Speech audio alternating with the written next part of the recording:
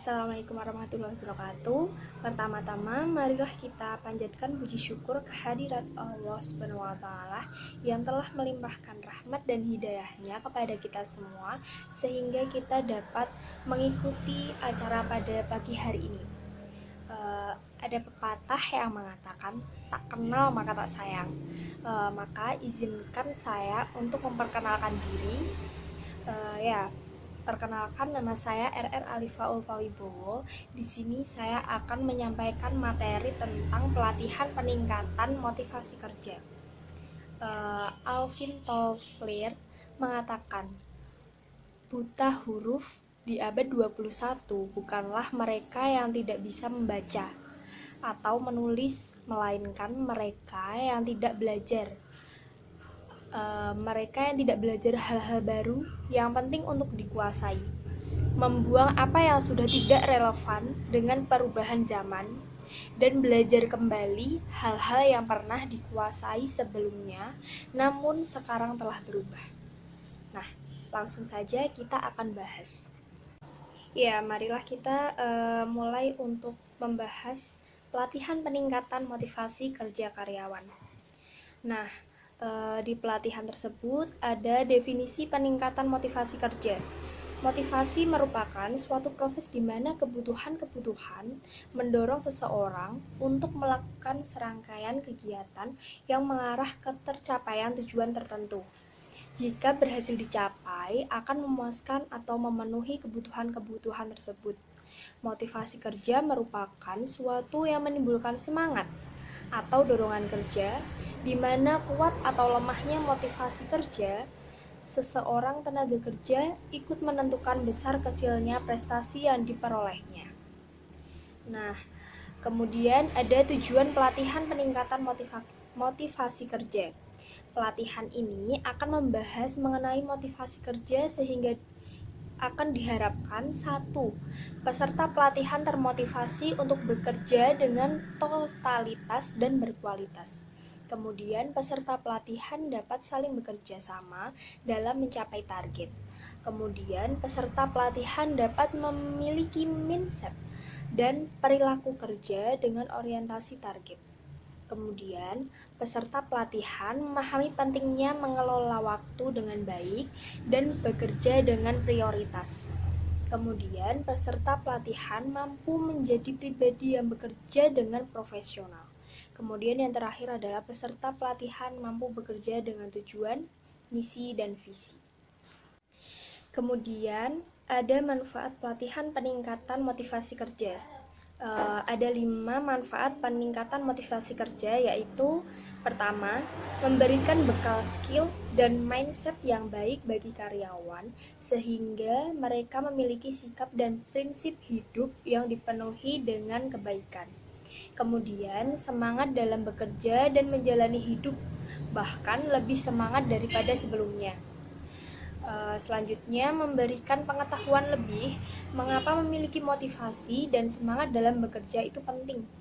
Kemudian, sebagai salah satu cara dari perusahaan untuk menghargai jasa para karyawan selama ini, sehingga dengan diberikan pelatihan semacam ini bisa membuat mereka lebih baik lagi. Kemudian yang terakhir, tentu saja memberikan manfaat perusahaan berupa tim dari karyawan yang solid sehingga kinerja menjadi lebih bagus dan termotivasi dalam bekerja benar-benar meningkat. Kemudian ada metode pelatihan peningkatan motivasi kerja.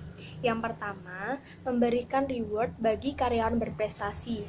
Sebagai bentuk apresiasi kepada karyawan terbaik di perusahaan, dapat memberikan bonus atau insentif yang setimpal dengan prestasi yang diraihnya.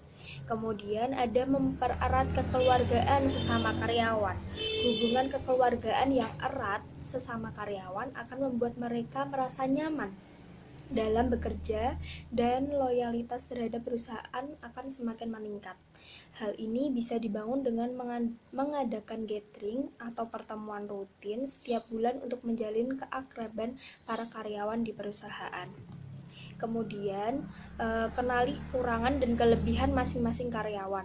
Para pemimpin perusahaan perlu mengenali kekurangan dan kelebihan mereka agar dapat mengoptimalkan kinerja karyawan.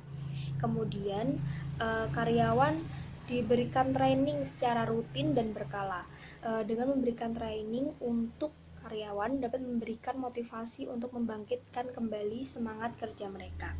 Kemudian menciptakan sesuatu yang baru. Sebagai seorang manajer perlu sekali dalam beberapa waktu merubah susunan kerja karyawan menjadi lebih menyenangkan. Menciptakan hal-hal baru dapat meningkatkan semangat kerja untuk bekerja. Nah, kemudian kita masuk ke materi membangun etos kerja yang tinggi. Etos berarti pandangan hidup yang khas dari suatu golongan sosial. Etos berasal dari bahasa Yunani, etos yang memberikan arti sikap, kepribadian, watak, karakter, serta keyakinan atas sesuatu. Sikap ini tidak saja dimiliki oleh individu, tetapi juga kelompok, bahkan masyarakat. Dalam Kamus Besar Bahasa Indonesia, etos kerja adalah semangat kerja yang menjadi ciri khas dan keyakinan seseorang atau suatu kelompok. Kerja dalam arti pengertian luas adalah semua bentuk usaha yang dilakukan manusia, baik dalam hal materi, intelektual, dan fisik, maupun hal-hal yang berkaitan dengan keduniaan. Kemudian, etos kerja dipengaruhi oleh beberapa faktor, diantaranya yaitu 1. Agama. Pada dasarnya, agama merupakan suatu sistem nilai yang akan mempengaruhi atau menentukan pola hidup para penganutnya. Cara berpikir, bersikap, dan bertindak seseorang tentu diwarnai oleh ajaran agama yang dianut jika seseorang sungguh-sungguh dalam kehidupan beragama. Kemudian, budaya, sikap mental, tekad, disiplin, dan semangat kerja masyarakat juga disebut sebagai etos budaya, dan secara operasional etos budaya ini juga disebut sebagai etos kerja. Kualitas etos kerja ini ditentukan oleh sistem orientasi nilai budaya masyarakat yang bersangkutan. Kemudian ada sosial politik. Tinggi rendahnya etos kerja suatu masyarakat dipengaruhi oleh ada atau tidaknya struktur politik yang mendorong masyarakat untuk bekerja keras dan dapat memenuhi hasil kerja keras dengan penuh.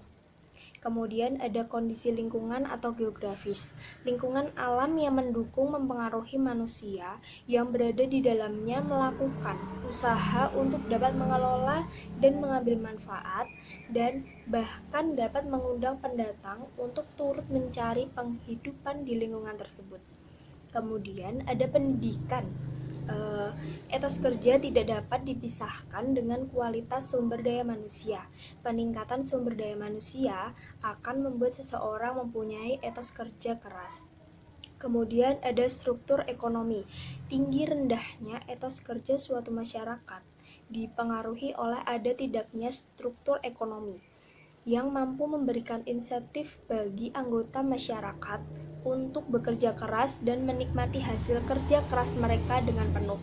Kemudian ada motivasi intrinsik individu. Individu yang akan memiliki etos kerja yang tinggi adalah individu yang bermotivasi tinggi. Etos kerja merupakan suatu pandangan dan sikap yang didasari oleh nilai-nilai yang diyakini oleh seseorang. Nah, materi selanjutnya adalah menjadi pribadi yang profesional. Kepribadian dalam diri individu, baik ataupun buruk, dibentuk oleh beberapa faktor. Yang pertama, faktor biologis atau fisik, yaitu suatu faktor yang timbul secara lahiriah di dalam diri seorang individu. Contoh, seseorang yang dilahirkan dengan cacat fisik atau penampilannya yang kurang ideal, pasti ia akan rendah diri, pemalu, sukar bergaul, dan sifat minder lainnya ataupun sebaliknya. Kemudian ada faktor psikologi atau kejiwaan, yaitu suatu faktor yang membentuk suatu kepribadian yang ditunjang dari berbagai watak seperti pemarah, pemalu, agresif, dan lain-lain. Contohnya yaitu temperamen, pemarah jika dipaksa atau didesak untuk melakukan sesuatu yang tidak ia sukai, maka akan memuncak amarahnya. Kemudian ada faktor sosiologi atau lingkungan, adalah suatu faktor yang membentuk kepribadian seseorang individu sesuai dengan keyakinan yang nampak pada kehidupan kelompok atau lingkungan masyarakat sekitarnya tempat ia berpijak. Contohnya, yaitu seseorang yang lahir di lingkungan yang penuh solidaritas. Pasti orang tersebut akan mempunyai kepribadian solidar atau sikap pengertian terhadap sesama. Kemudian, materi selanjutnya adalah pentingnya teamwork dalam efektivitas kinerja. Keberhasilan atau kegagalan dalam mencapai target atau visi bergantung pada kerjasama tim. Suatu perusahaan atau organisasi membutuhkan kerjasama tim yang solid untuk bisa melengkapi proses pencapaian tujuan dari perusahaan atau organisasi tersebut. Tim sendiri adalah kelompok yang terdiri dari 2 atau lebih orang yang saling berinteraksi dan mempengaruhi orang lain, saling bertanggung jawab untuk mencapai tujuan dari organisasi tersebut, dan menerima dirinya sebagai satu kesatuan dalam organisasi. Kerjasama tim adalah suatu unit yang terdiri atas 2 atau lebih yang saling berinteraksi dan mengkoordinasi kerja mereka untuk tujuan tertentu. Tim yang baik mempunyai 4 komponen penting. Yang pertama, setiap tim dibentuk untuk mencapai tujuan yang sama. Yang kedua, setiap anggota tim disatukan untuk saling kerjasama dalam mencapai tujuan tersebut. Setiap tim membutuhkan sebuah bentuk komunikasi yang baik supaya anggota tim dapat saling berkoordinasi dan membagi tujuan bersama. Yang ketiga adalah anggota tim dapat mempengaruhi orang lain, walaupun beberapa anggota tim mungkin lebih dapat mempengaruhi orang lain dibandingkan dirinya mengenai tujuan dan kegiatan dari perusahaan atau organisasi tertentu. Kemudian yang terakhir adalah keberadaan sebuah tim ada ketika setiap anggota tim menerima dirinya sebagai kesatuan dalam tim. Nah, kemudian ada kepemimpinan yang efektif. Keberhasilan sebuah organisasi untuk mencapai suatu tujuan organisasi sangat diperlukan sosok pemimpin dan proses atau gaya kepemimpinan. Hal tersebut karena berhubungan dan kegiatan yang dilakukan oleh semua anggota organisasi dalam bekerja sama untuk mencapai tujuan organisasi. Gaya kepemimpinan atau leadership style merupakan pola tingkah laku seseorang pemimpin dalam proses mengarahkan dan mempengaruhi anggota organisasi dalam bekerja sama dalam sebuah organisasi memiliki posisi yang cukup besar dalam mencapai tujuan organisasi. Nah, fungsi utama kepemimpinan diantaranya adalah menjaga keutuhan dan kekompakan anggota di dalam bekerja, serta seorang pemimpin harus mampu dalam memecahkan masalah atau konflik yang terjadi yang datang dari dalam organisasi atau bahkan masalah yang datang dari luar organisasi. Ya, itu tadi yang bisa saya sampaikan. Jika belum jelas apa yang ingin ditanyakan, boleh ditanyakan ke email saya. Ya, sebagai penutup, saya ingin mengutip pernyataan dari Walt Disney. Ia mengatakan, "Semua impian pasti bisa Anda wujudkan jika Anda memiliki keberanian untuk mengejar mereka." Yang artinya, jika Anda punya impian, maka genggam impian tersebut, yakini dan kejar. Percayalah bahwa impian Anda pasti akan wujud. Ya, sekian dari saya. Wassalamualaikum warahmatullahi wabarakatuh.